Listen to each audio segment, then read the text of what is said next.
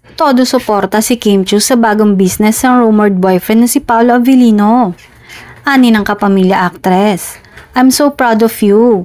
You've always wanted to have your own business and now you've made it come true. Enjoy every moment. You deserve it.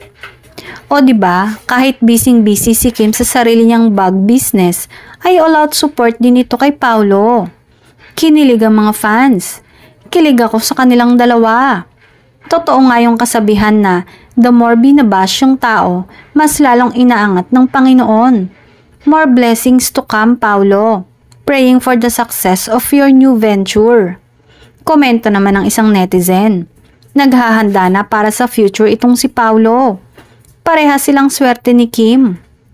Hanggang altar na talaga itong dalawa.